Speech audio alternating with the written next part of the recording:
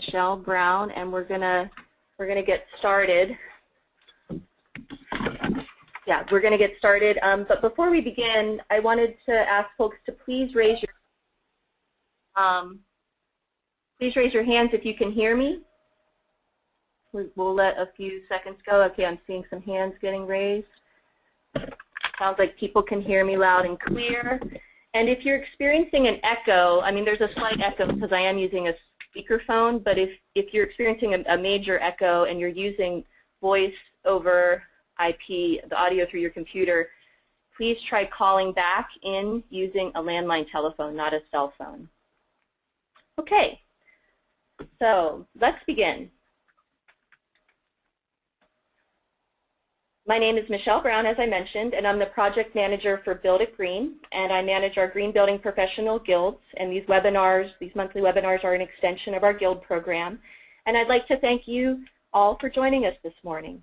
For today's webinar, we're very lucky to have with us Cisco DeVries. He's the president of Renewable Funding. And Renewable Funding helps local and state governments around the country design, administer, and finance clean energy initiatives such as the Property Assessed Clean Energy, or PACE program. Renewable Funding has been contracted to provide services to over 250 local and state governments throughout the country. Cisco also serves as a resource to governments and organizations working on PACE and other clean energy financing programs, including providing technical assistance for the U.S. Department of Energy. As Chief of Staff to the Mayor of Berkeley, he envisioned and led the initial development of the PACE model, which allows property owners to pay for solar installations and energy efficiency projects as a line item on their property tax bill. The model has been replicated around the country and has spurred state-enabling legislation in 23 states. PACE has received national and international attention, including being named one of the 20 world-changing ideas by Scientific American magazine. Cisco holds a bachelor's degree in political science from the University of California, San Diego, and a master's degree from the Goldman School of Public Policy at the University of California, Berkeley. And before I turn this over to Cisco, I'd like to take a minute to tell you a little bit about Build It Green. Build It Green is a professional nonprofit membership organization whose mission is to promote healthy, energy, and resource-efficient building in California. Our main way to accomplish our mission is through our professional training certification program. We're excited to be offering webinars as part of our continuing education offerings as well as part of our member benefits, as members receive free admission to our webinars as well as free access to our webinar library. If you're not a member of Build It Green, we hope you will consider becoming part of Build It Green's member community and helping to support our work in California. Please visit our website to learn more. So for today's webinar, we're going to be discussing PACE, the PACE financing program, and what comes next. Since there's a lot of information to cover today, we will be breaking up today's presentation into 3 parts with a 5-minute Q&A after each section. And today's webinar is worth 1.5 CEUs, but we can only give credit if you stay on for the whole time. You will all be muted during the presentation since there's many of you, and during the Q&A you can type your questions into the chat box, and we will read them for Cisco to answer. Please know that a survey will go out immediately following the webinar, and we'd appreciate if you could fill it out as your feedback is very helpful for us to improve our webinar offerings. So we're going to start with a poll and get you guys, I'm going to ask you a question here. How familiar are you with PACE? I'm going to give you guys a few minutes to answer that. Ooh, okay, looks like got about half of you have voted. I'm going to give another quick second here. All right.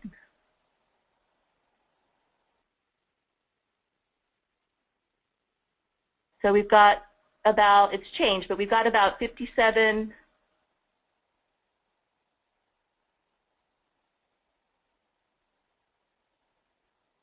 Oh, there we go. We've got about 57 are somewhat familiar, 30% very familiar, and 14% not at all. Okay, so I think that will be helpful for Cisco in his presentation today. Okay, here we go. Share.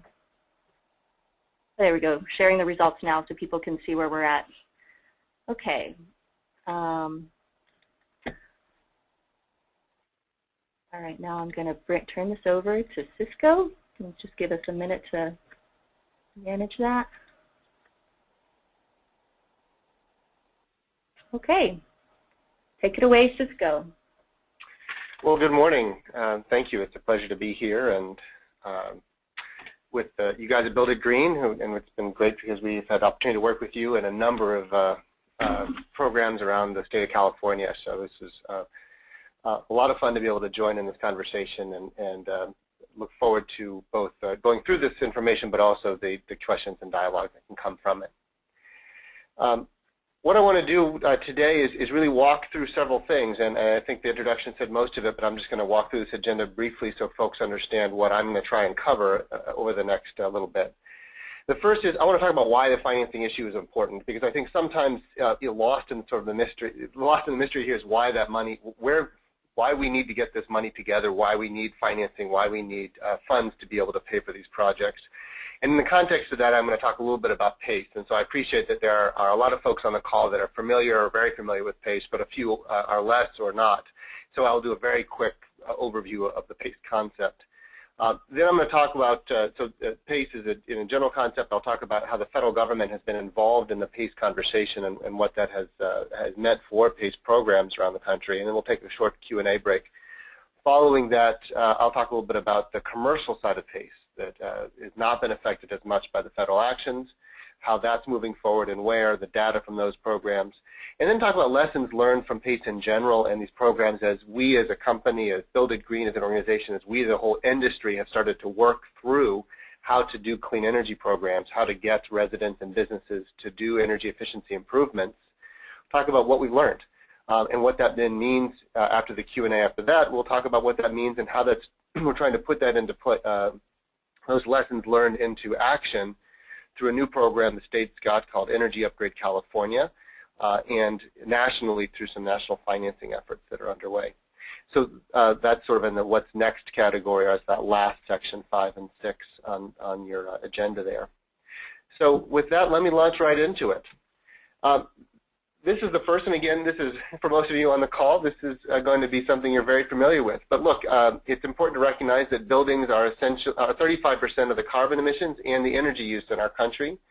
And a large percentage of the energy used in our buildings is wasted.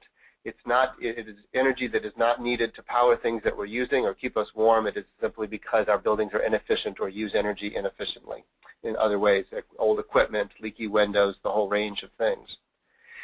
So we have, if you start to say we want to become a more energy independent place, we want to save money, help people save money on their energy bills, we want to address the climate issues that we're facing, buildings are sort of the first place to go. And of course here, if you're on a conference call with Build It Green, you're familiar with that concept. The issue with the 35% number is, of course, that's been true for, we've known this for decades. There's nothing new. What is new, obviously, is the renewed focus on both energy security and climate issues. And the slide I have up now, which is that, look, unemployment in the construction industry in this country as of December is at 21%, and that's undercounting how bad it is. Because a lot of folks are underemployed or not working nearly as many hours as they would like. So the true unemployment figures in construction is even worse. So here we have a situation in which we know that these buildings need energy efficient upgrades, and we have a huge workforce out there that is not currently working or not working enough that is trained or could be quickly trained to do that work. And this is in large part why you see the policy efforts in this country around trying to create green jobs and move people into this industry has been so pronounced over the last couple of years as we try and find jobs and ways to grow the economy as we come through this recession. So we've got now, as I said, a huge issue. We all know buildings are sucking energy, and we have an opportunity to save a lot of energy there. We have a lot of folks who have the training to go out and do that work, but are not employed to do it right now, or sitting at home on their hands, or looking for work, or working in other places where they could be doing construction work. And then this is the big one, which is, look, if we invest, there's a bunch of studies about this, but one of the studies basically says, look, if we invested about $500, maybe $550 billion over the next 10 years in energy efficiency for the most part, we could save $1.2 trillion in energy costs. So what we have on the table is if we make an investment of about $500 billion, we will make that back and double it, and $500 billion more in energy savings just by 2020, just in the next 10 years. So we have $500 billion on the table to save. That's money that people could put towards getting their kids into college, towards any number of important things that people want to do, but instead we're wasting it on energy costs. Businesses are wasting money, families are wasting money. The problem, and what we're going to talk about today, is where do you get $500 billion? We need that money to make this investment, to make our buildings, our country more efficient, more secure, and more environmentally sustainable. And that is, in a sense, where PACE comes in, where the conversation about PACE or any other financing mechanism comes in. It's a recognition that somehow, somewhere, we have to, instead of paying money in dribs and drabs every month through a utility bill, we've got to make an upfront investment of very large amounts of money over the next few years that will return to us energy savings. And the concept that we worked on, that we've been focused on, and we're going to talk a bunch about here, is PACE, Property Assessed Clean Energy. The quote I put on the screen here is a simple way of describing it that Vice President Biden did in announcing it just over a year ago at the White House when the federal government announced big support for the PACE program. And it's a very simple concept. It says that we're going to make it easy. We're going to encourage communities to give you homeowners, you business owners, the option of retrofitting your home and paying back the cost on your property tax bill. That's PACE, in a sense. Property Assessed Clean Energy just allows you to repay the costs of an energy retrofit or a solar system or other renewable and pay it back on your property tax bill. How that works, it actually uses a 100-year, I shouldn't say more, in California the law we used is 100 years old, 99 years old. Actually this year it will be 100 years old. It's called, it's actually back in the Street and Highways Code, the Streets and Highways Codes in the state law. And it's an assessment district of what's broadly called a land secured financing district. California has two different types. One is an assessment district, one is a community facilities district, but both work sort of the same way. City or county creates essentially this financing district or similar mechanism. Property owners then sign up for financing and install energy projects. Proceeds from a revenue bond or other financing is used then to provide the property owner with the money to pay for that project, and the property owner then repays that over their property, in their property tax bill over a number of years, could be 5, 10, 15, 20. This is essentially how we've paid for a lot of the infrastructure and other improvements in the state. If you needed a new road, a new sidewalk, let's say you're putting in streets and sidewalks, that's where this law came to be, and that's why this law came to be. If you have a home on a road that's going to get paved, you will receive a benefit. Your home becomes worth more. It's easier to get to your home. You receive a benefit. There's also a societal benefit that we can now all move around more easily, but you as a homeowner get a bigger benefit. So what happened is the cost of installing that road, paving that road, putting in that sidewalk, is amortized over many years, put on your property tax bill, and you pay for the capital costs of that. The people down the street who still have a dirt road don't. That same concept was used to do sewers. If you have a sewer line, that sewer line benefits your house, and you're going to pay for the capital costs of having put it in, along with all of your neighbors. California has used this for seismic improvements, putting in sprinklers in buildings, toxics remediation, open space protection, all kinds of things. This is a very common type of financing tool. And in fact, in the country, there are 37,000 land secured financing districts. My favorite story is, as we leave sort of the basics of PACE, is that this concept dates back to Benjamin Franklin, back when we were still a colony of England. And it was in fact a voluntary fire service district back east. If you paid a voluntary assessment, you received fire protection. The fire department would come put out a fire at your house. If you didn't pay, they would not come. So this is really dates back to the 1700s in this country and is really a linchpin of how we build. And that's an important fact as we get into some of the concerns and issues that have come up. So what PACE then did was help deliver a way for local and state governments to deliver capital, deliver funds for people to do energy efficiency and renewable energy projects. It eliminates the upfront cost barrier. The costs stay on the property, not with the person, so they transfer automatically between property owners if you sell your house. And it's not based on your personal credit. So you're not competing, you're not using this instead, you're not using up your credit cards or your home equity line of credit. Instead, what you're doing is using a pool of funds that are only available for retrofits and would stay with the house if you move. This concept, coupled with the notion that we had a lot of federal money running around trying to help spur the retrofit industry, and the economy into a tailspin, and the fact that this was something finally that local governments could do to get them in the game to help people do this. This was a tool they could use that they hadn't really had before, meant that this spread very quickly. PACE spread from California. It was started here and is now actually 25 states. Michigan was the most recent, just a few weeks ago, to pass legislation. So 25 states, and you'll note that it's not red or blue, it's not Democrat or Republican, it is a very ideologically mixed group. It's in Texas, Governor Perry signed legislation there, it's in Vermont, it's in Oklahoma, it's in Oregon. This has really been a very bipartisan, non-ideological approach across the country. So that's all great. So as I talk about this, I say, if you talked to me a year ago, we'd say, look, the road to the green revolution has begun. We're on the way. We've got all of this incredible momentum, all these great programs getting started, all of this great energy around it. And so it felt a little bit like we were driving this all-electric Tesla, 100-mile, goes about one of the fastest cars ever built. All electric, costs $150,000, but I had the opportunity once to drive one for a few minutes, and I'll say that it's all that and a bag of chips. But as we so that's what it felt like. We're getting started with PACE, all this great energy around these programs, but what's happened over the last year is it started to feel a little bit more like this, that the road to the green revolution is a little bit harder. We're having to push ourselves uphill in a much smaller car. And what I'm going to talk about now is why we went from the Roadster to this small little Yugo being pushed by your kids up the road.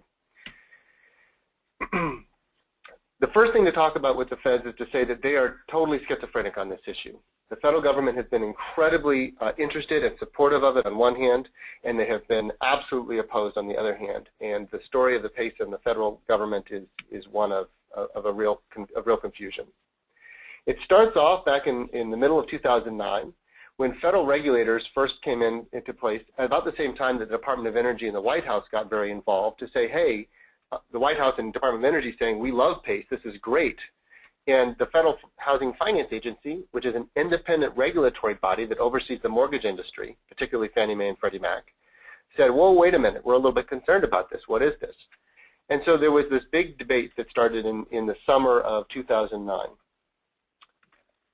And what that led to in the fall was essentially the green light. Fannie Mae issued a letter which said, hey, look, we're not quite sure about all this stuff, but we do say that we do see that PACE is an assessment and should be treated like any other assessment, which is all we've been asking for. At the same time, the Vice President, as I mentioned, had made his announcement that things were moving forward on PACE. The White House issued a policy framework that was designed to help reduce the concerns that folks had about the fact that we were financing something on the tax bills. And because of that, it's on the property as a senior lien like all other taxes. And so there's concerns about how this interacts with mortgages. The White House issued a framework which said, hey, if you follow these rules, we think this is safe. We think this is a good thing. It'll work. And that seemed to be that seemed to work for Fannie Mae, Freddie Mac, and their regulators as well. It also led to the release of about what ended up being about $150 million in federal funds to support PACE around the country. So that's where we were in the Tesla Roadster, but then we ran into some problems. In May of last year, Fannie Mae essentially changed its mind, and they issued a letter saying instead of being assessments, we're going to call PACE a loan. And because it's a loan, it can no longer go in the property tax bill ahead of it. It cannot be senior to our mortgage. It cannot be treated like all other taxes. With assessments, we're going to treat it separately. There was a flurry of debate in Washington with the White House and DOE, but that did not get anywhere. And in July, the Fannie Mae regulator, FHFA, the Federal Housing Finance Agency, issued a guidance letter which essentially said that PACE creates safety and soundness concerns in the mortgage industry, and that they would in fact make it difficult for any community that offers a PACE financing, will make it difficult for any property to get a mortgage in that community. It was a very, very severe threat. And that was followed in August by Fannie Mae saying not only would we do that, but we are going to require that any existing PACE loans that were done prior, and there's a couple thousand around the country, those must be paid off anytime the property is either refinanced or sold. So that's why I say the hammer falls. So most PACE programs, we have 25 states, we had dozens, maybe hundreds of PACE, in fact hundreds of communities definitely going forward with PACE programs. virtually all of them have stopped. There is 1 or 2 operating programs in the country today in the residential space. So it was a pretty significant blow, but it's not one that went quietly. And so what's happened now has been a huge outpouring of effort around the country from local and state governments, from all kinds of industry folks to try and get this resolved. And work is underway to resolve it. So now I'm going to talk a little bit about the path forward. What happens now? How do we get PACE back? What can we do in order to make sure this financing option, which really was starting to revolutionize how we do energy retrofits in the country, how do we get that back as an option for homeowners?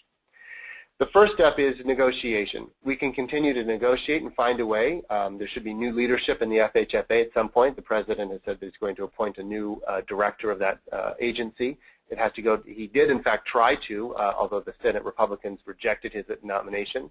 So we're back to square one on that. But we hope that through this, there was an opportunity for cooler heads to prevail and actual data and discussion, data and real engagement on issues to take place rather than just edicts from agencies. The second is litigation, which is underway. There are about 10 lawsuits that have been filed, including the state of California and Sonoma County, in order to try and overturn the decision. And lastly, there's the opportunity for Congress to pass legislation which would rectify the situation. I'm going to talk briefly about all 3. The first one is negotiations. It's very easy to say that negotiations today are not happening. What you have in front of you is a letter from the Federal Housing Finance Agency to members of Congress breaking off all negotiations. So that then means we're down to litigation. For the moment, we're at litigation and legislation. California's filed suit. There have been already a number of actions in federal court. The actions have gone, as you would expect, in the preliminary stages. They're moving ahead. There is a reasonably good opportunity that litigation will quickly mean that the FHFA will be required to actually restart and redo an entire rulemaking process. They never did a rulemaking process around PACE. They just issued an edict. So the idea now is that one of the judges in the case has said, hey, let's require the federal government to actually go through a process here and try and fix this. But in the meantime, this litigation is moving forward in a number of, in New York, Florida, and California. Second, the third, I should say, is legislation. And we did last year, legislation was introduced in the House and Senate with a lot of co-sponsors, bipartisan, that would have overturned the decision of FHFA. As that did not get out last year, we were late in the game, and there is now new legislation going to be introduced soon. I would say we've had some really great last few weeks in Washington. The National League of Cities, the National Association of Counties have been just absolutely phenomenal supporters of PACE, both because they believe in PACE as a concept, and because they believe that at its heart, and this is part of the litigation issue as well, at its heart, the attack on PACE is an attack on local and state government's ability to levy taxes, their ability to decide what is a valid public purpose, and that there's really no difference from saying you can't use PACE from saying you don't really need that new sewer, you don't really need that new school. We're going to not allow you to put that tax in place because it's ahead of our mortgage. It's the first time in history that any federal regulatory agency or Fannie Mae or Freddie Mac have made this argument, and there is a big effort underway from the cities to say this is a precedent-setting event we cannot allow to stand. So that we had 90 offices, members of Congress and their staff that came to the briefing in the Capitol, and now there's a bipartisan working group moving forward, and we expect legislation soon. All that is to say, we've got a lot of things moving forward on PACE. PACE is really a remarkable tool to help local state governments get a retrofit industry going and create the billions of dollars that we need to retrofit the country. What I'm going to talk about after we take some questions is what's happening with the commercial side of PACE, and then talk a little bit about some of the lessons we've learned, some of the data, some of the information we have from PACE. But what I wanted to do is take just a moment now and stop. If people have questions about PACE itself, about what had happened in Washington, what some of the issues are that have come up, that's fine. And also, of course, later on in the conversation, I'll talk about what some of the other financing options that are coming. Sounds great. Okay, we've got some questions coming in. We have a question from Karen. Was there PACE money? Did the PACE money go into the Energy Upgrade California? So yeah, so there's it's a good question. So a lot of the California had a lot of the money that was federal money going into PACE programs, including about $30 million that was allocated federal money that came to the California Energy Commission and went to support PACE around the state. After the FHFA actions, the state did take that money back essentially from PACE programs, canceled that whole solicitation, and then reoriented that money into Energy Upgrade California. There are other funds, LA County, San Diego, San Francisco, who are using their own funds or energy efficiency conservation block grant money that they had directly that had gone into PACE as well. And in many cases, those are either being shifted to other programs or have been shifted or being used for commercial PACE programs. But for the most part, the money that was allocated for PACE has been reallocated to other programs, particularly Energy Upgrade California, which I'll talk about. Okay, and a question from George. How can we help push the process along with California state and federal government?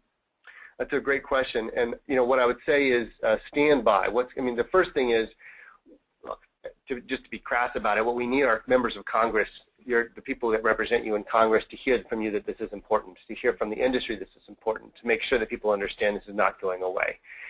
Look, everybody has a ton of issues. There's a ton of big issues going on. We follow the budget fights. We've got wars going on in foreign countries. We've got revolution. There's a lot going on. This needs to be on the radar screen of our representatives. So the most important thing right now is to make sure they've heard from you. Particularly, I would just say if you have a Republican member of the House that represents you, because those are folks that need to be brought along. We've got some great support now from Republicans in the House, including the California delegation. But they need to hear from everybody about that. The next thing is we hope there will be a rulemaking process where people can give testimony and information into the federal process that will allow FHFA to require them to review this anew. We think that if we're given the opportunity, that we'll have an excellent story to tell about how safe this is and what an effective tool this is and how rooted in law this is. When that takes place, we're going to ask everybody involved in the industry to make sure their voices are heard in that process. So those are the two most important things. As soon as we have a legislation introduced, I'll let everyone know, and please let them know. But in the meantime, just tell them it's important. PACE is important. Yeah, Cisco will definitely let Build It Green know, and we'll alert our members through our newsletter. So we have a question from Rick here. What is the timeline for passage of legislation? Well, of course, anybody who knows, right? It's Congress. I think that the timeline is, we will know whether we have some traction on this in the next few months. So we should get legislation the next, the next month or so, and it'll either start to move and catch on a little bit or it won't. And so we'll have a pretty good sense in a few months whether we have a great shot at it. How long it takes to actually get legislation done depends a lot on whether Congress is functional or not. A lot of the problem we had last time was not that there was opposition to this legislation, although it's confusing, people have good questions. It's that simply Congress couldn't deal with it. They just didn't have the bandwidth given everything that was going on and their failure to do other things. So I wish I had a better answer, but we'll know more in a couple of months. I'd say today we are in a much better shape than we were just 3 weeks ago. It's been a really good 3 weeks. So Rick had a follow-up question, and I was thinking of this question as well. He was asking who is against the legislation, and I wanted to add a why. Like, why do you think that they're against it? So who and why? That's such a great question, and let me spend just a minute on that, because I actually think when you step back and say, the FHFA and Fannie Mae and Freddie Mac and those got involved, the questions, the issues that they had all make sense. They were the right questions to ask. Is there risk here?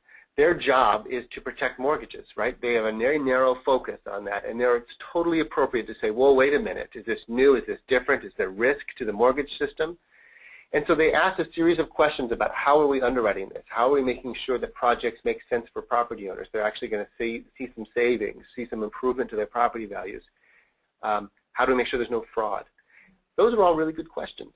And I think the problem is not that those issues aren't real. It's that they couldn't take yes for an answer. That the work that has been done by the White House, by the industry, by cities and counties to protect, to make these programs really, really safe wasn't heard. And that's the opportunity that we want. So I think what you hear is when people are either opposed or not sure about this legislation or what to do, that the issue is really that they've heard the concerns and they haven't been convinced that they haven't heard the answers or been convinced that the answers make sense yet. Once you sit down and actually works, what the risk is, how minimal the risk is. It turns out you can convince almost anybody about it, that this is actually worth giving a shot to, and that's the job that we have in Washington right now. Do you think, because I realize you said this was the first time this was ever, stopped that states could do this. Do you think it's highly related to the mortgage and financial crisis and meltdown? No, thanks for saying that. In fact, we've often said if PACE had come along 2 years earlier or 2 years later, none of this would have come up. That we to come along at the exact moment that the housing market exploded. And PACE reflected that by making sure that underwriting said people couldn't be underwater in their mortgages, and that we had to do a set of things that were very careful about protecting the fragile housing market.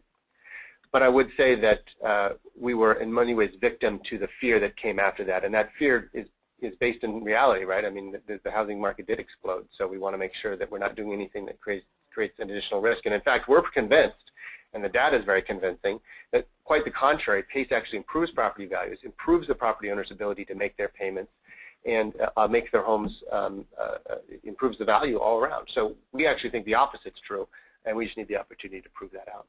Great. So Fergus O'Sullivan asked, which of our senators/congresspersons are on board? There's actually quite a long list of California legislators that have been on board. I would say that there's been some great support from members on both sides. Let me just say a few of the good leaders. Congressman Matsui has been great. Congressman Thompson, who represents part of Sonoma County or all of Sonoma and Napa, he's been fabulous. He's been one of the great leaders on this. There's a lot of kudos. There are a number of others around the state that have been in support, but I would say that particularly Thompson, Matsui, a few others have been great on the Democratic side. The Republican side, we've had great support from Congressman Lundgren, from Congressman, I think is it Cunningham down in, I'm going to get it wrong, down in San Diego. At any rate, there's been Congresswoman Mary Bono-Mack out of the Palm Springs area. So there's been a lot of really good support on both sides. The key now is it's difficult in Congress today to get the Democrats and Republicans to work together on a bill. Because what happens is one side takes a bill and the other side is oppositional, and we kind of got caught in a little bit of that mess last time. So we're being very careful this time to make sure that we're together from the beginning in both houses. Great. Michael O'Connell asks, is the cost of financing a project lower with PACE as compared to conventional financing? In some cases, yes, and in some cases, no. It's a great question. So the interest rates that PACE programs see is generally between, I would say, 6 and 8%. Although you do get to deduct some of the cost of that on your property. When your property tax comes in, you can deduct a portion of that on your personal income taxes. So your effective rate is a point and a half even lower. The reality is some people can get better rates on home equity lines of credit. Those are pretty cheap right now, near historic lows. Now, home equity lines of credit fluctuate. You can't lock in a rate. They tend to fluctuate every month or 6 months. So it could go up, it could go down. PACE is very stable. A lot of people can't get a home equity loan right now, even if you have good credit and equity. They're very hard to get. But what we say is PACE is not the perfect thing for everybody. What it is a really great tool for a bunch of folks. And then other people will use some other financing as well. So for smaller projects, unsecured financing works. There's some really good products out there, and we'll talk about some of the other things coming. So I'd say it's both cheaper. The other thing that PACE did is it's different. It's not your debt. It was like your house borrowed the money, not you. That meant that for folks who just don't want extra debt, who are hanging on to whatever equity they have in their home, this gives them an opportunity to borrow some money and put it to an energy retrofit without having to take away from other things they might need to do. So it's just a really good opportunity to give people a different option, to allow it to transfer between owners if they sell their house. And those are things you can't do with other types of debt. So what we saw with PACE was it was partly an interest rate, but a lot of it was just it was a different kind of debt for folks, and that they like that. Okay. And we have a follow-up from George asking, is there a lobbying effort that we can support via Boxer's office in Sonoma County and state of California? Yes, there's a great lobbying effort underway. We've been very involved. There's actually an organization, pacenow.org, www.pacenow.org, which has great resources on it, and we keep a lot of information there. We help support that effort. They have an executive director now, a guy named David Gabrielson. I can certainly provide information about how to reach him, but if you go to pacenow.org, you'll find the information. And make sure you register to get updates from PACE Now and other things. You can, we'll make sure information gets through Build It Green and other things, but that's really the nexus of the organizing campaign. We have lobbyists involved in Washington, both our lobbyists as well as state and local government lobbyists and others. So there's a pretty significant effort underway, and it's really just a question of whether we get enough attention from the right people to make sure we can move it. Okay, I just emailed that out to everybody, pacenow.org, and remember to register to get updates. Okay, and we have a question here. Can you talk briefly about, question cuts out, Laura? I don't see the rest of your question. Well, if she's asking me to talk briefly, we already know that I can do that, so you're going to... Yeah, Laura, okay, there we go. Sorry.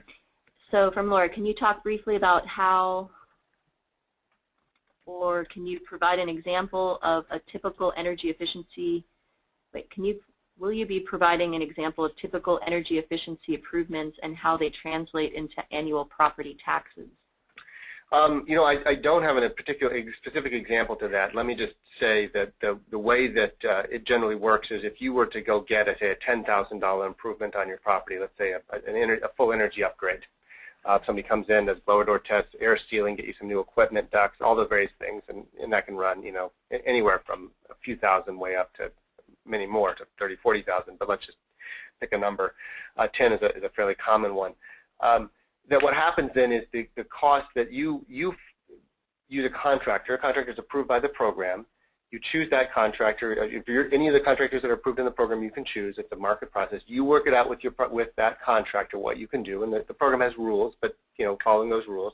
And then once you have all that worked out, you would submit into the program your application for financing under PACE, along with the project you're proposing.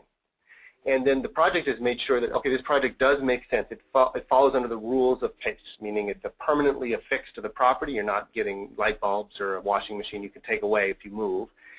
It really is an energy efficiency improvement that meets the criteria. The stuff you're putting in is Energy Star, meets the ratings that we need. All those things are then verified. And then your property is underwritten. So you say, okay, your property is owned by you. You haven't been late on your taxes recently and things like that. We look, are you not underwater on your property? You're not, so we're looking at some basic metrics to make sure you're in good standing. And then you're approved. The project is completed. You submit the paperwork, says my project's been completed. Here's my energy, here's my bill. Here is the final inspection from my local building department. And then that's approved, and a check is written either directly to you to pay the contractor, or you assign it to the contractor directly. At that point, a property lien is placed on your property, just like any other tax lien. It shows up. It looks exactly like a sewer district or anything else. It'll just say clean energy or whatever you call it, clean energy financing program, and then you will have a line item on your property tax bill that you pay twice a year for up to, let's say, 20 years, and that amount stays the same every payment. But what you're doing then is paying enough principal and interest so that after the 20 years you completely paid off the cost of the program. Plus, there's usually a little administrative cost the cities kick in to cover it. So that's really how it works. It's a pretty straightforward process once you're in it, and I think hopefully that answers the question. Yeah, I think so. And okay, so we've taken our time for Q&A, so we're gonna there'll be another Q&A break a little later on, so we'll continue on. Great. Well, let me dive into commercial PACE. We've talked about the issues that have come up. PACE itself is agnostic as to technology. It's agnostic as to property type. It's agnostic as to renewables. It's really just if a project improves the energy performance of a building, meets the public purpose that the cities have set for it, then it can move forward. We've talked mostly about, and the programs that got started were mostly focused on the residential side. The commercial side has always been a really exciting part. Commercial energy use is half the energy use in the country. And in some ways, there's some easier, lower-hanging fruit with commercial because you have larger, more sophisticated property owners and larger projects where people manage the energy much more carefully. That's the concept anyway. So it's particularly as residential PACE has been kind of put on hold while we work through things in Washington. Commercial PACE has been really picking up some steam. So I wanted to talk about that for a few minutes. There are a number of commercially focused programs either that are in operation today or moving forward. I'm going to give you some stats on them in a minute. Sonoma County has an existing program. Boulder County has an existing program. San Francisco has a program that is launching later this year. The City of Los Angeles has a program launching later this year. Washington, D.C. does. You see some fairly large cities launching some fairly significant programs. The thing that's important about commercial to understand different than residential is obviously you have different contractors involved, different folks involved. So you really are tailoring it differently. The projects tend to be much bigger. The other thing is residential projects are generally kind of homogeneous. They're kind of the same. Residential homes vary. You buy a home you like, but they're all kind of the same. When you think about commercial is, okay, you got retail, you've got a hotel, you've got manufacturing. They're wildly different compared to the types of homes, the differences you might find in residential. And because of that, the credit quality is different, the underwriting is different, the sizing is different. All of that means that commercial programs have to make some different choices about how they operate. Are they focusing on one or the other? Because the financing is different. The types of projects require different types of contractors. How you set up your program then really has a lot to do with what types of commercial projects you want to focus on. So we're seeing a lot of differences around that. We're also understanding that commercial PACE programs have a huge degree of difference of governmental support, from essentially government saying, I will allow you, property owner, to use PACE, but you bring all your own money, you finance the whole thing, I'm putting none of my own money and time into this, to programs like Sonoma's or Boulder's where there's fairly heavy governmental intervention into how this thing runs. The financing models you use are different. In some cases, like in Sonoma, they're using their county treasury pool to finance projects in the commercial and residential sector. In Boulder, they're pooling projects together and issuing a bond for them. And in some cases now, like San Francisco and LA, it's going to be owner arranged, meaning the property owner will be required to bring their own money, their own financing to the table. But the cities are providing some subsidies to make that a little bit easier. So there's a whole range of things in the commercial sector which are important. I would say just a few key points on the commercial. It is potentially massive. It is just as big as residential, if not bigger. There's been some research. A Pike research report came out recently, said that they could see that this becoming a multi-billion-dollar financing program within 3 years. PACE also, because it's a property assessment or property tax, in some cases, not all, and I definitely just don't want to generalize here, but it can alleviate the tenant-landlord issue about who pays, because often the tenant's paying the bill, the utility bill, but the property owner is the one that has to pay for the upgrade. In this case, because of the way leases work, if you put it on the property tax bill, that can flow down more easily to the tenants. You, of course, want to talk to them about it. I'm not saying surprise anybody, but then the tenant's utility bill is going to go down, but their rent may go up a little bit because the property tax bill went up a little bit. And so it allows you to deal with tenant split incentive issues, which has just been a huge hurdle to this industry. I've already mentioned financing is more complicated in commercial just because of the wide variety of projects, the more difficult nature of trying to underwrite them. The biggest difference that you would probably note is that unlike in the residential sector, in the commercial sector, mortgages that commercial properties have generally have a due upon encumbrance clause, which means if you put any debt on the property, no matter where it is, how it's structured, without my consent, without the mortgage holder's consent, then that's a default. So that means there's a system already in place for people to get the consent of the lender. So this is being put into place for PACE programs, which means you say that the lender, if you have a mortgage, that lender has to give the consent prior to you putting the PACE lien on. And that's really important because, one, it's a step that's somewhat difficult, but it also means it alleviates some of the issues that have come up around people being concerned about mortgages in the residential sector. It's not possible to get lender consent in the residential sector, nor is it legal to have a due upon encumbrance clause there, but we do have lender consent requirements in the commercial side. I have a quick question, Cisco. Where is the money coming from for the commercial PACE program? So for those Sonoma, Boulder, San Fran, LA? All different. Let me, and I'll talk about some of those, but let me give you an example of several.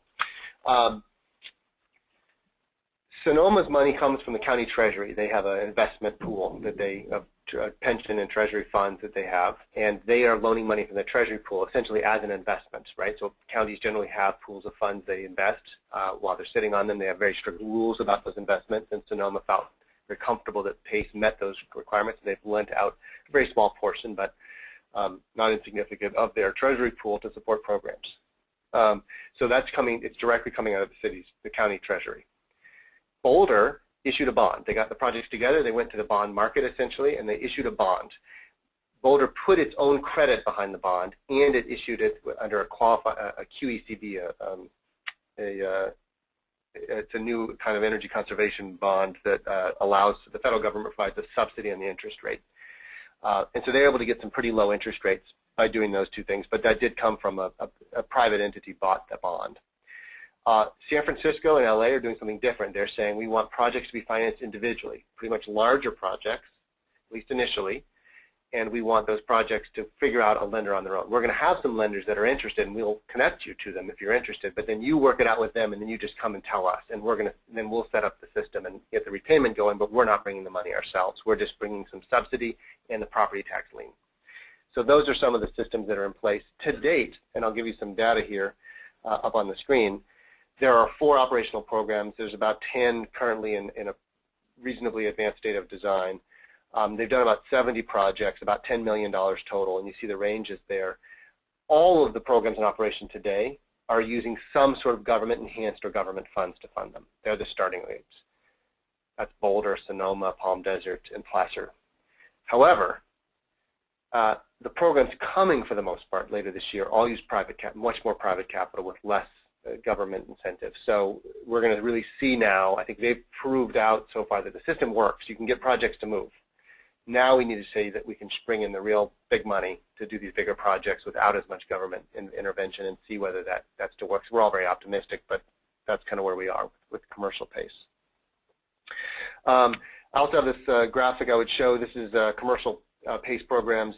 We're going to have actually a report coming out shortly. It's in final editing now. It's renewable funding, the Clinton Climate Initiative, and Lawrence Berkeley National Lab. It's a report on the commercial PACE programs and what we've learned from them, what the data says, what the issues have been. So that'll be out in hopefully in about a week. But this information is coming from that report, and it's just interesting to see here, as you can see, the differences between, for example, the 2 larger programs, Sonoma and Boulder. One is primarily renewable energy, and the other is primarily energy efficiency. And there's reasons for that difference, but what I think is most important of this, as you see, is that PACE is working to do both energy efficiency and renewables and to bundle them in some cases, which is, I think, where a lot of people want to see this go.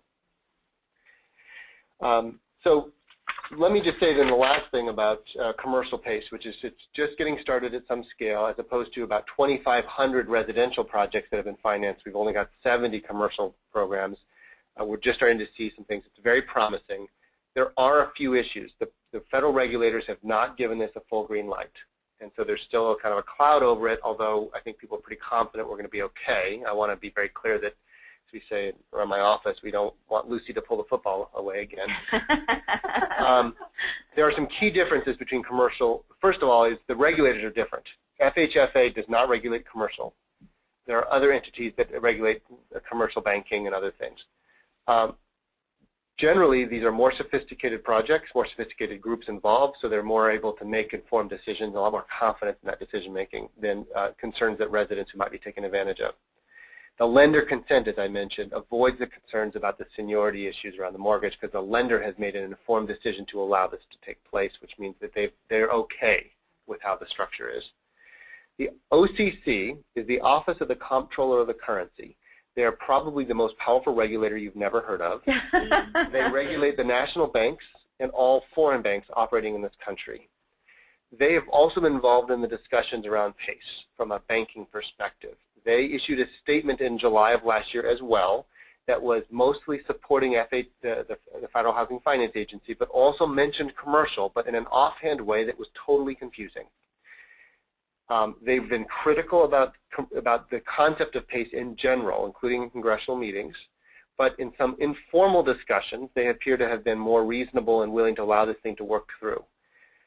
The reality is we have no idea where they are on this, and we have asked, people have asked directly, the Department of Energy's asked, the Treasury Department's asked, members of Congress have written letters asking. They have been radio silence about their position on PACE commercial. It is absolutely intolerable. But we're going to push ahead and hope for the best. They have no good reason to get involved if you have the agreement of lenders, of capital providers, of property owners, of cities. But obviously, we want to be very careful. So that's just to make sure. But I do believe, if all goes well, we're going to see commercial PACE programs available over most of California over the next year to 2 years, because I think this will really take off if it works well in San Francisco and LA. So after that, I want to talk a little bit about some of the lessons learned and dig into, just for a few minutes, some of the, this is kind of a hodgepodge of things, so bear with me, but I think they're all important things that we've come to understand better over the last couple of years. The first is, I put up Sonoma County's data. It's the largest PACE program in the country. It's still operating. They've done over 1,300 properties. PACE works.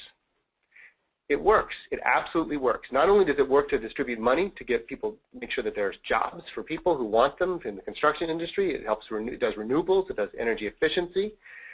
We are reducing energy use. We are producing clean energy. And guess what? The properties that are participating are remarkably better in their performance than the average property in the owner in the county. And in fact, tax delinquencies are 50+% lower on PACE homes than they are on non-PACE homes. Wow. So what we're seeing then is that the process of underwriting, the systems involved in making sure these projects make sense for folks has been operating well. So we're talking about incredibly low delinquency rates. I mean, sub 1%, 2% rates on just delinquencies. And a lot of times those are folks who just went on vacation and forgot to pay their bill. I mean, there's been, I think, one default out of the 1,400 properties. So that's my first big lesson from PACE, is that it worked.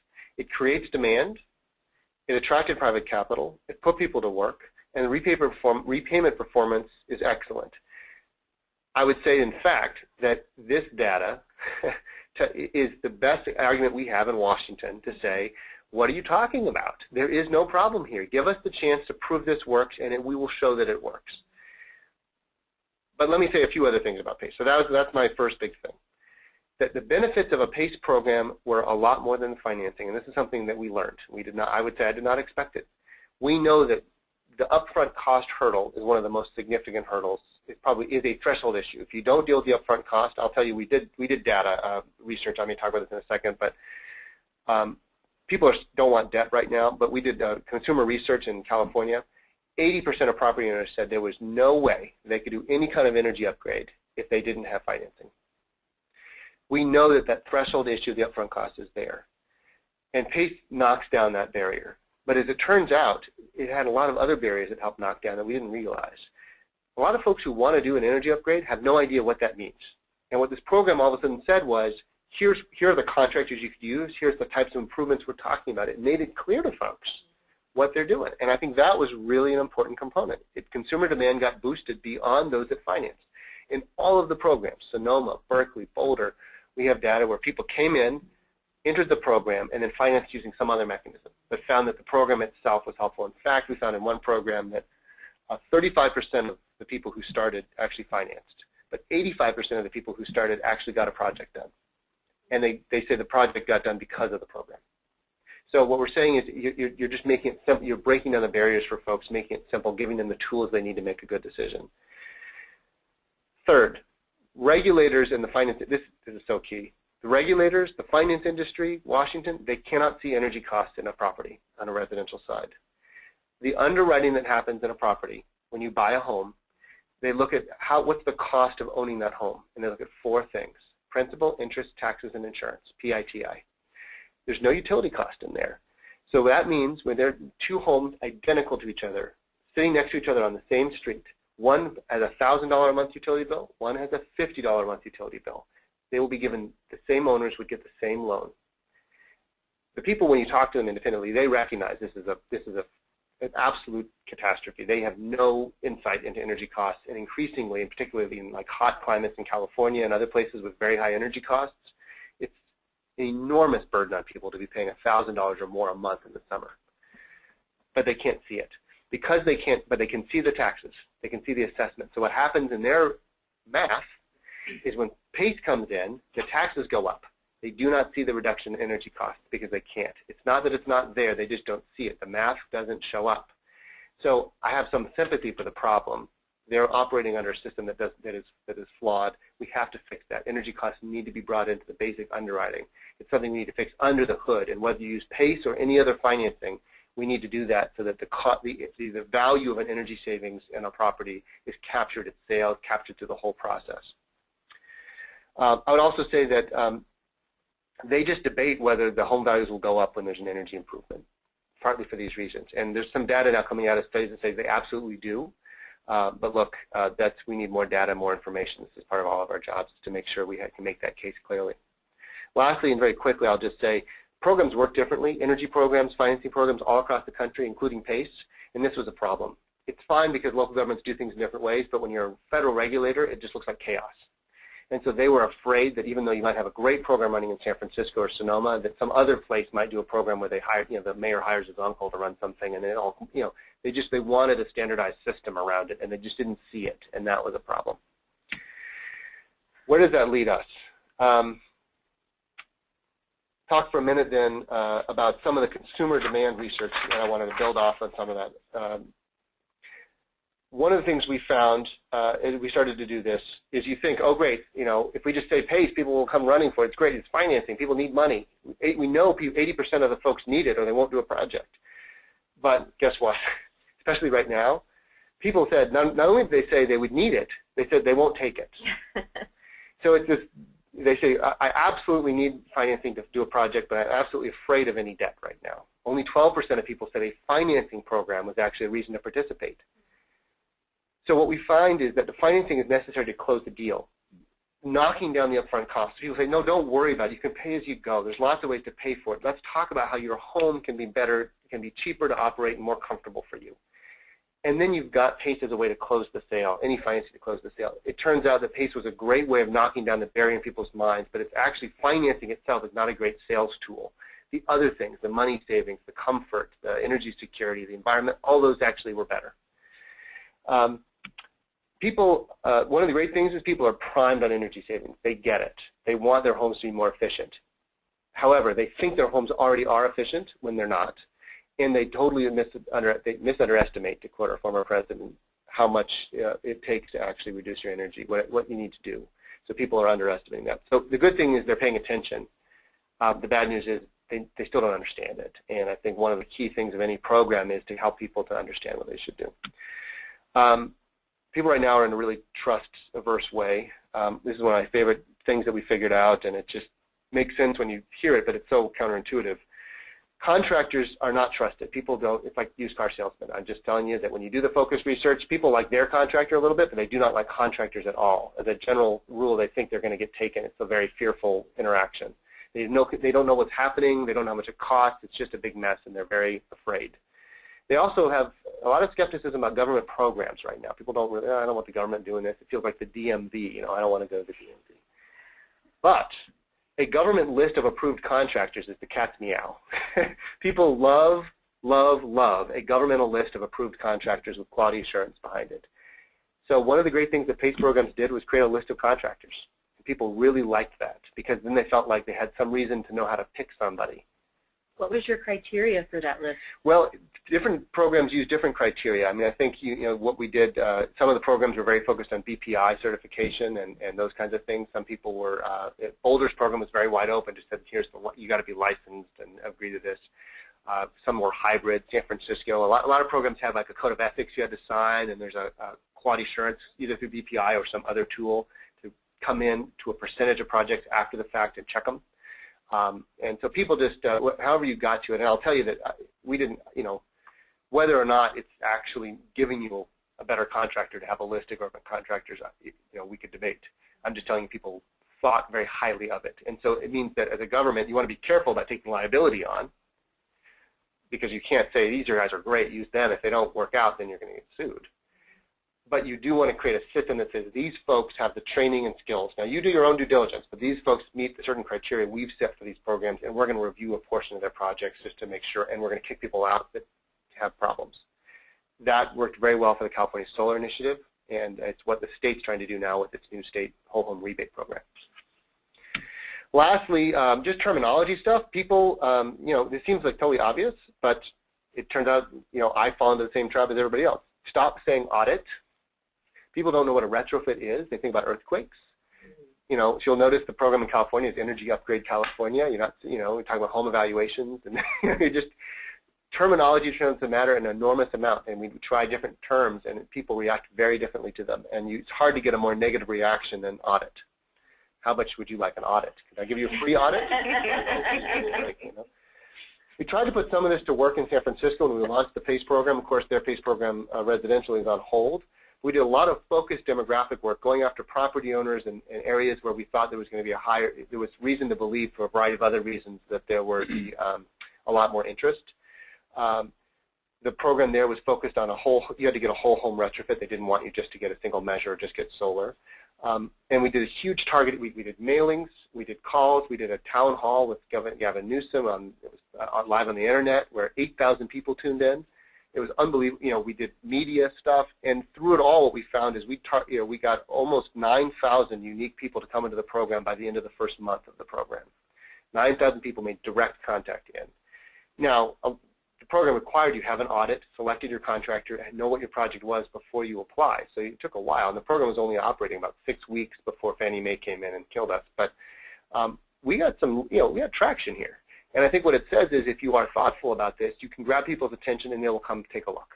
And hopefully then, what we don't know is how many of these folks were actually going to get a project done by the end of the year. But we do know that we did the first hurdle, which is they came in the door. They came in the door and were interested. All right, so that's a little bit about commercial PACE and a little bit about what we've learned from PACE. And I'm happy to stop now and answer some questions. And then what I'll do in the remaining time is just quickly go through what's happening now, what comes next, Energy Upgrade California, and some of the financing things that are coming down the pipe. Okay, so we've got some questions coming in.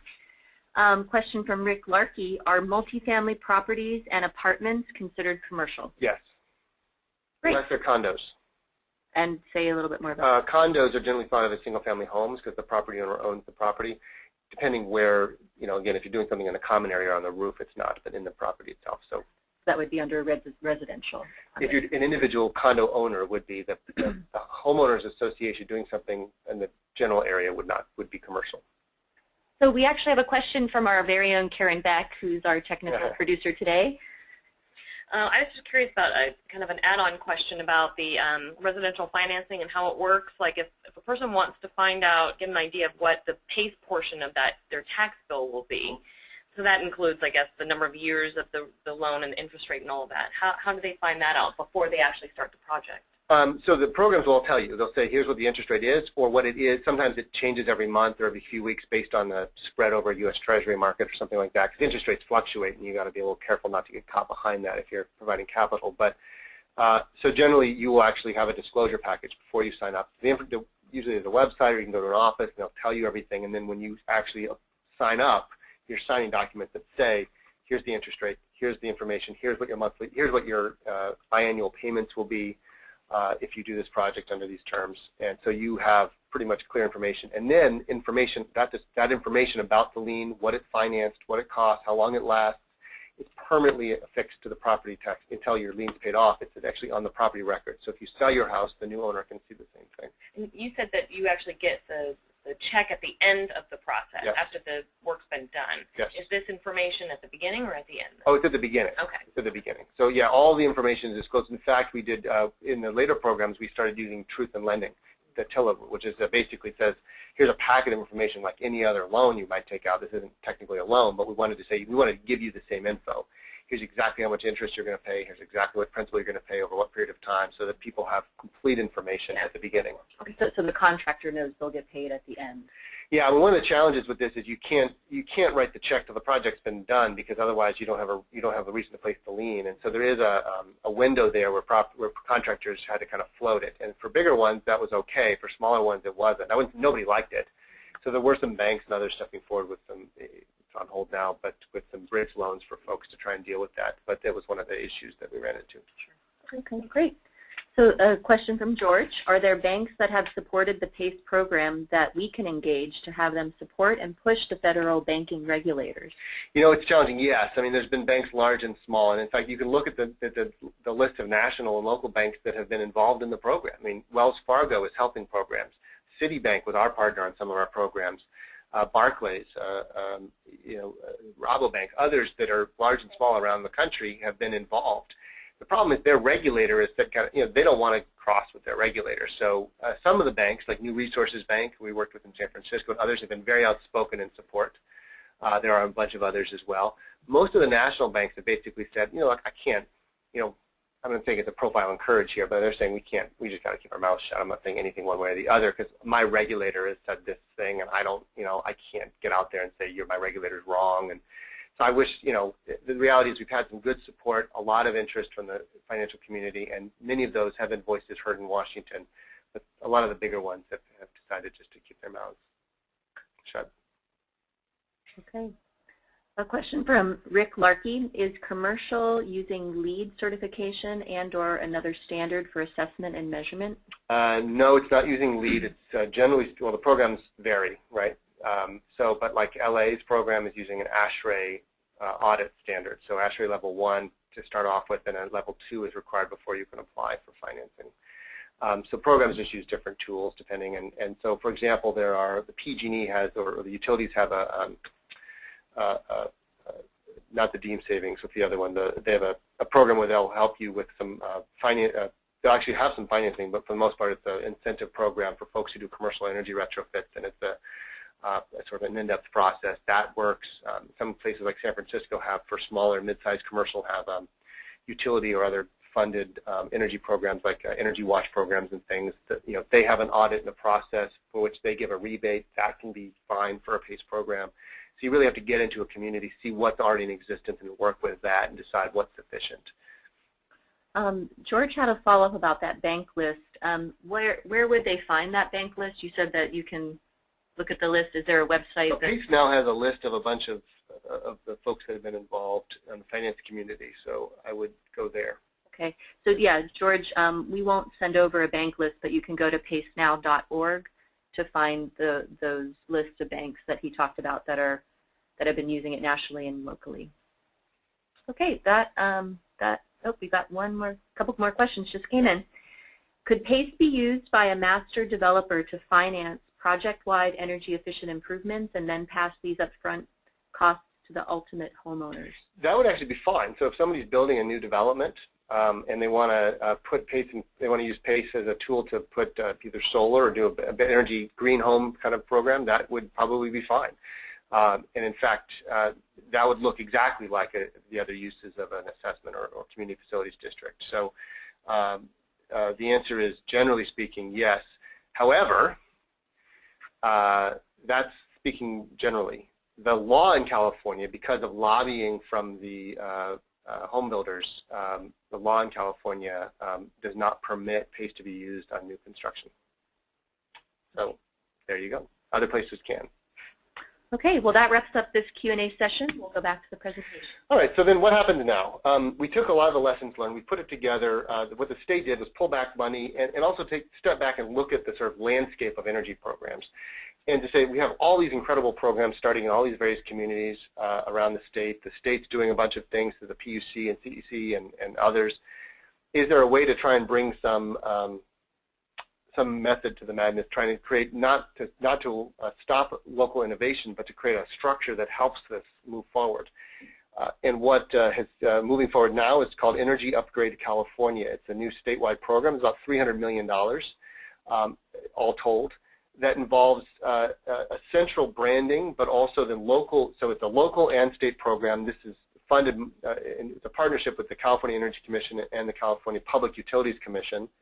To integrate the various energy programs that are out there and provide a simple one-stop shop and tool both for property owners and contractors and program managers and local governments to use. What that means is online property analysis tool, a single application for property owners to get rebates, incentives, financing. Let me be clear, there are 600 different residential energy and water rebates available in the state of California. Now, I live this world. I could probably name 5, I think, right? I mean, this is a mess. What it's trying to do is to say, we're not going to run all those, but can you put it one single place, you plug in information, you put in information about your home, your address, it tells you what rebates are available based on the project you're interested in doing. It then allows for a single portal for applying to those. So it's a way to try and simplify a process, not just for the consumer, but frankly for the contractors that serve them. It provides these qualified contractor lists and quality assurance requirements that we've talked about. And it provides a financing marketplace and some subsidies for financing that are not PACE right now. We hope PACE will be available, but in the meantime, to get personalized financing information. So you plug in your information, your project, what you're doing, where you live. It will give you, say, okay, based on what you've given us, here are some financing options you have. You can compare and contrast, and if you want one of those, click here, and it takes you into that. So it's a way of kind of personalizing financing options to try and, again, knock down the barrier of upfront costs for people in their heads and give them the best then apples-to-apples comparison, and they all then have some subsidies associated, so you get cheaper interest rates or things like that. And then also to take all the local programs and give local program managers in cities and counties some tools to use. They can run their program through this system. They can help integrate with the system. There's lots of ways then to leverage what's happening here to make their local programs work better. It doesn't take over for everything. It is really designed to be a service that comes over top and helps organize things for property owners, because the bifurcation and complexity is just killing us, and this is a way to try and help solve some of that. Won't get into all the details. I mean, our company is doing the web portal for the program, but it's, again, I sort of mentioned, it gives you information, allows you to, an online tool, it gives you an application, allows you to apply for financing and other rebates, allows for program administrators to cheaply and easily run their program, allows for contractors to have a place to use and a source for financing as well. Some counties, there's actually about 28, 29 of them, will get some, they're called Program Plus counties. We'll get some additional subsidies. We'll have some different program HERS2 test in, test out rebates, more local coordination efforts, some other marketing and education and outreach programs that will be provided there, and that is a good cross-section of the counties in the state. Most of the counties that were going to do a PACE program, that were planning a PACE program, have been brought into Program Plus. The financing clearinghouse is a way of saying, okay, before we were going to provide PACE as an option, and we always knew that other options are good too. People need, range. PACE is good for a big cross-section of folks, but it's not the best for everybody. Smaller projects, PACE isn't cost-effective as a tool for. So you're doing $5,000 or $6,000 financing, PACE is probably a waste. And for certain people, they can get a home equity loan or other things that are better. There's just different tools. So the idea is to say, okay, set aside PACE. We don't have it at the moment, but even if when we get it back, let's provide a system that creates an infrastructure that supports financing of different types, provides financing subsidy to different types. So we have all these different types of financing products, and we add to that lender qualification, rules around what the lenders can do so people can get apples-to-apples comparisons and avoid fraud issues. We can enhance we can provide subsidies. We can make sure everyone's using the same kinds of contractors, provide quality assurance, and again, a simple universal application. So we're trying to standardize a system, allow the capital to come in a variety of ways. So that's what this idea of the financing clearinghouse, or sort of something as a personal guide to financing. You put in your information, it'll tell you, here's all the various choices you have, and you can pick the best one for you. So that is essentially the financing component in the portal itself, and then lenders will apply to provide their financing through this system, and they'll get the benefit of the subsidies, but also the structure. What we've found, really important, is that if property owners that do a project on their home using traditional financing, like say a personal loan, who is a qualified contractor to do a quality assurance, some sort of good project, they repay their loans at a much, much better rate than those with the similar credit scores who are doing other things with their money. In Pennsylvania, a program in operation there, done $40 million of unsecured lending. This is money they just hand out based on credit scores and other basic credit criteria, like a credit card. They're providing that. They've been there for 4 or 5 years now. That program has sub 1% defaults. Now, they're lending down to a whole range of folks who are not normally thought of as the best credit, and yet they're finding really great performance. And what we're finding then is it's the project, the qualified contractor, a management of that system that's allowing that to have for that credit quality to be better. And we want to make sure that then we provide that system so people can provide money and count on that system to provide a better sort of outcome in terms of repayment. What we then need to make sure is that there are as many options as possible in that portal. That system is using, that we have money, local money, national money, wherever it's coming from, that Californians have access to the best financing that we can figure out. And we believe, and I think the state and the effort underway is to say that a lot of what is needed is a sort of national market for clean energy loans, a national system for clean energy loans. And we think we can help build that in Energy Upgrade California, and we want to make sure there are things to make, that we're out there making sure that there will be financing options available through it. So let me explain what that means a little bit, because this is kind of the esoteric component of financing, but I want to just give the 30-second tour. Today, there are financing options. You're all aware of them. Fannie Mae has a loan program that's often provided through utilities. It's about 13–14% interest. Usually that's bought down by the utility, so they'll just write a check so that makes the interest rate look smaller. EGIA, great program, the industry association serving contractors. They provide loans through the contractors. The interest rates are 26%. It ranges, but 26%. And again, usually the contractor buys that interest rate down. The contractor will essentially gross up the invoice a little bit to pay for the cost of buying the interest rate down. So you're paying either way, but it's a way of making sure that there's money available to right now. And so it's good that we have good options because they are working. They're doing millions of dollars a month in both of these programs. Solar has great options for on-demand financing for leases and PPAs. People can lease this system and then pay for it on a monthly basis. Although there's some limits to who can use solar, limits on the credit scoring, and of course you really want to be a higher energy use customer for this to make sense for you economically. Second mortgages, generally people think of that as a home equity line of credit. Look, rates are very low right now. They may go up dramatically over the next year or two, but right now they're very low. And the problem is that they were sort of the worst performing loans in the country. They were defaulting at over 20% a year. The best, the non-subprime, meaning the prime loans, these are people who are of decent credit, not the liar loans or any of those rest. These are good credit folks that were checked. We had banks lost enormous amounts of money on these things. So right now there's really tight requirements on who can get them. And the interest rates fluctuate. So you get it at maybe 5% today, but it may be 12% next year. The last is a lot of folks, local governments are working with some credit unions and community banks to provide some very low interest financing, 5%, 7% financing for unsecured loans. The challenge is it's a limited scale, and generally you have to be like a member of the credit union to participate, and so it's a little bit more complicated process, and we find that complexity in any kind of financing is a killer. So, but these are available today, and these are all things that can be made available through the portal.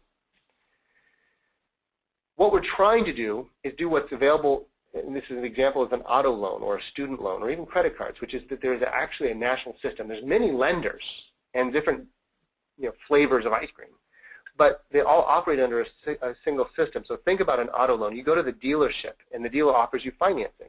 That financing, for the most part, is not from the dealer. What they're accessing is a national system that is providing loans, and those people, Bank of America or Honda or whoever it is giving you a loan.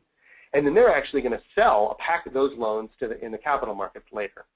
They're going to package them all and say these are these auto loans that all got underwritten the same way, and we're going to sell them to big investors, hedge funds or whoever, right? Insurance companies.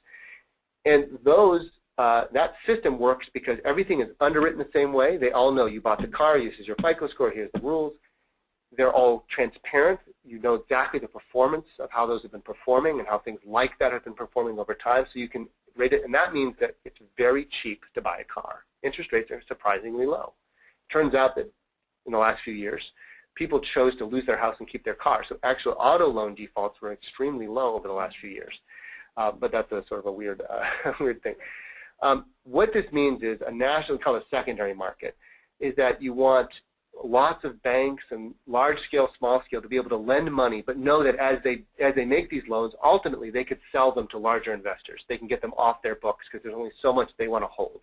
And banks today don't hold a lot of their debt. They sell it off. It's also a very large market, so almost $500 billion of activity in a sort of, this can be in an annual basis. This is an enormously large liquid market, and that means that we can provide a lot of money. What's needed for this, we want this system for auto loans, for student loans to be available for clean energy loans. What's needed then is some standardization. Everyone knows what a clean energy loan is, that some performance data, and so we have from Fannie Mae, we have from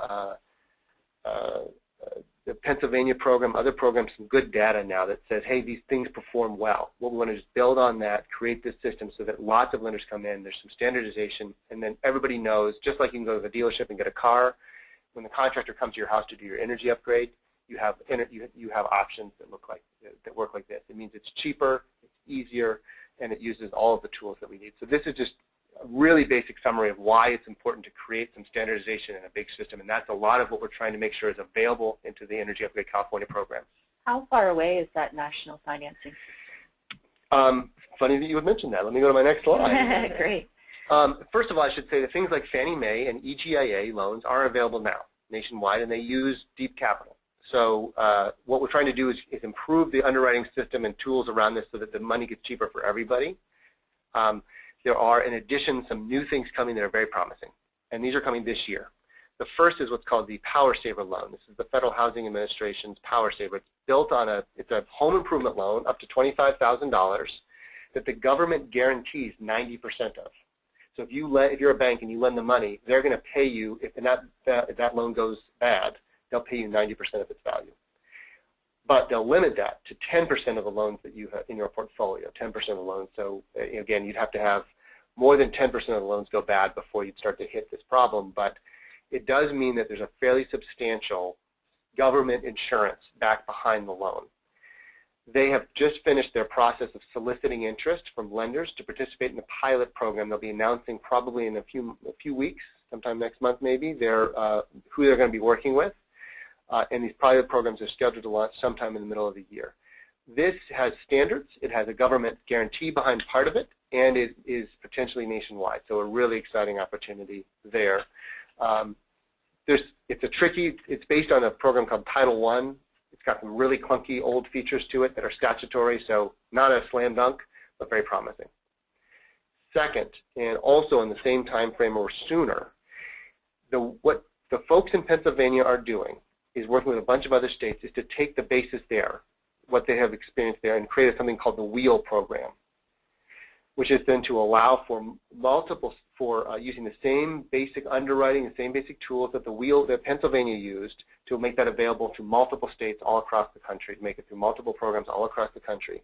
Standardized underwriting, reporting, project requirements, standardized contractor rules, and then there would be a sort of a source of capital for these programs, large, $100+ million available right away, that would be available to fund loans that programs are making. So you could have a small lender who would be making a credit union could make the loan and know they could sell that loan. You could have different originators, different folks who are making the loan. So this is a source of money for all these little programs that people are working on, including the state of California, we hope. So what Energy Upgrade California is designed to make sure that for both of these programs, that it has a system that allows that money to come into the state and that contractors can use it. So we're talking about later this year, 6 months from now, hopefully having programs like this available in California that are providing some better, cheaper loans and a way for contractors to deploy it very easily. We believe very firmly that this has to be contractor driven.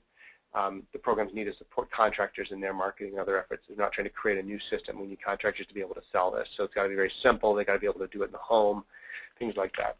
So that's what we're seeing here are these two things. So the WHEEL program, again, based on a $40 million program in Pennsylvania being expanded nationally with a lot more money behind it.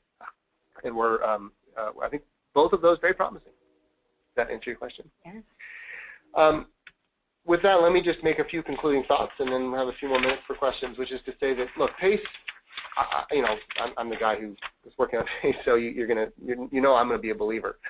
But I think the data also shows that, look, it's an invaluable tool. We need things like that. We need other things, too. It's not sufficient by itself. No financing solution by itself solves all the problems. But it is an invaluable tool, and the data so far shows that it works and that we should be supportive of it, and hopefully we'll get it back. That PACE, more than just being a financing tool, serves as a platform for local and state governments to organize and programs to organize, and that in and of itself was incredibly valuable, and we don't want to lose that momentum. We want all these things to keep moving. We want, what we've learned through this process is so valuable, and the energy behind it was so amazing.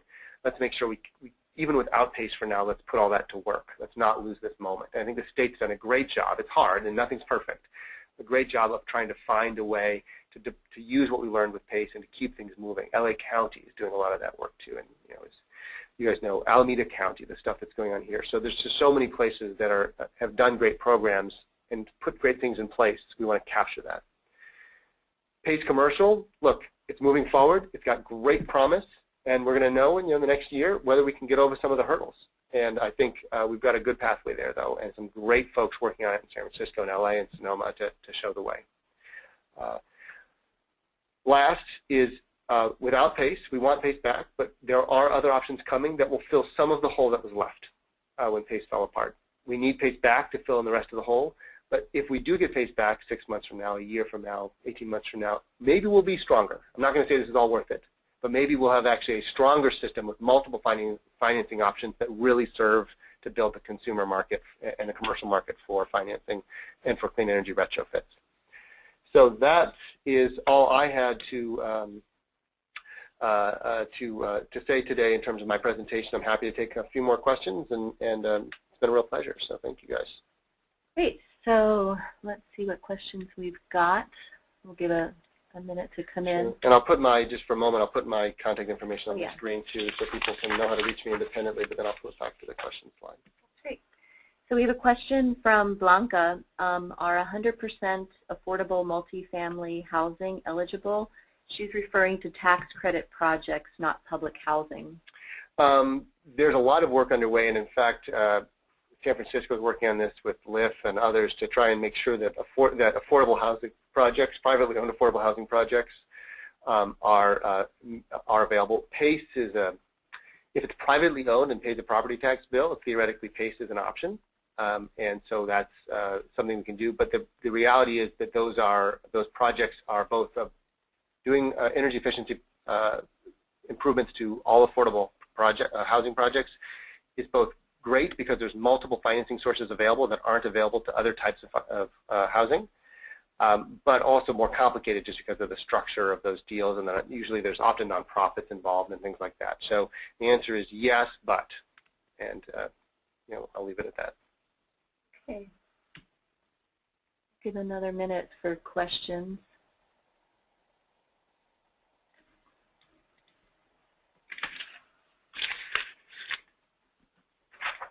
Well, I'll take it. Oh, go ahead, please. Okay, so we have a question here from Camilla. No, Linda. Oh, I'm sorry, from Linda. What do you see as the probability that the regulators will require energy costs to be considered in the mortgage underwriting process, and will that change be necessary before FHFA approves PACE? It's a great question. I would say that at some point, energy costs will absolutely be part of the mortgage underwriting process. There's legislation out there now called the SAVES Act or something that would do exactly that.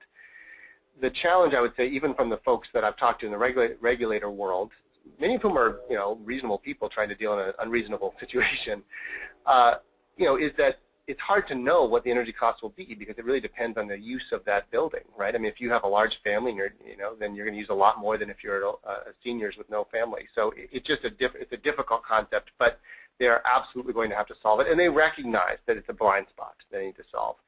I don't believe that is necessary in order for PACE to move forward. I think it's an incredibly helpful thing. I think in some ways, if we have the opportunity to move PACE forward and track carefully, see what the energy savings are, most PACE programs require you sign a waiver so that they can look at your energy bills for 3 years to see what kind of savings, just to understand so we have data about what happened. That would be so helpful by itself to changing a bunch of stuff, including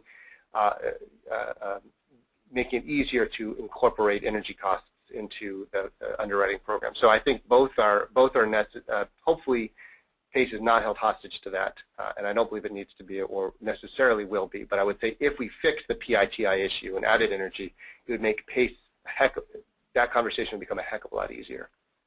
We have a question from George. The question is, are there any efforts in green financing underwriting via the Fed Bank in San Francisco that hosted an event last year, and could PACE be tied into a green mortgage product? So the answer is there are multiple efforts to try and to figure out all the elements of how to do financing for green in the commercial and residential sector, from how you evaluate how you get energy things into the MLS system when you're selling property so it can be seen and valued by potential buyers, to different types of financing tools and how they could work. I would say that the energy efficient mortgage is one of those excellent tools that has so far not taken off for a number of reasons. People actually, buying a home is very complicated. Makes it a little bit more complicated to do an energy efficient mortgage. What people are talking about now, I would say, around this is, so energy efficient mortgages should be available. They are available now. They're trying to improve it so that it works better. There's a lot of folks working on it. What I would say is really happening too is trying to couple this with an energy disclosure at time of sale, some sort of energy rating at time of sale. There's a lot of work around that. A lot of KB Homes and other new home builders are now voluntarily putting energy labels on all of their new homes.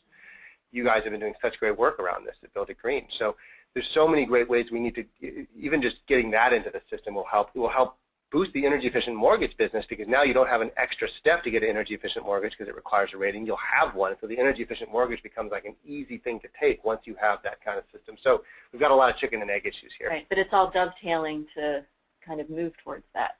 Yeah, I think that's one of the more promising things happening right now is that you're actually seeing the building industry embracing that kind of disclosure. And so obviously it's harder to do it in the built environment than in the new construction environment. But look, it's helping tremendously. So I think energy efficient mortgages sit separate from PACE.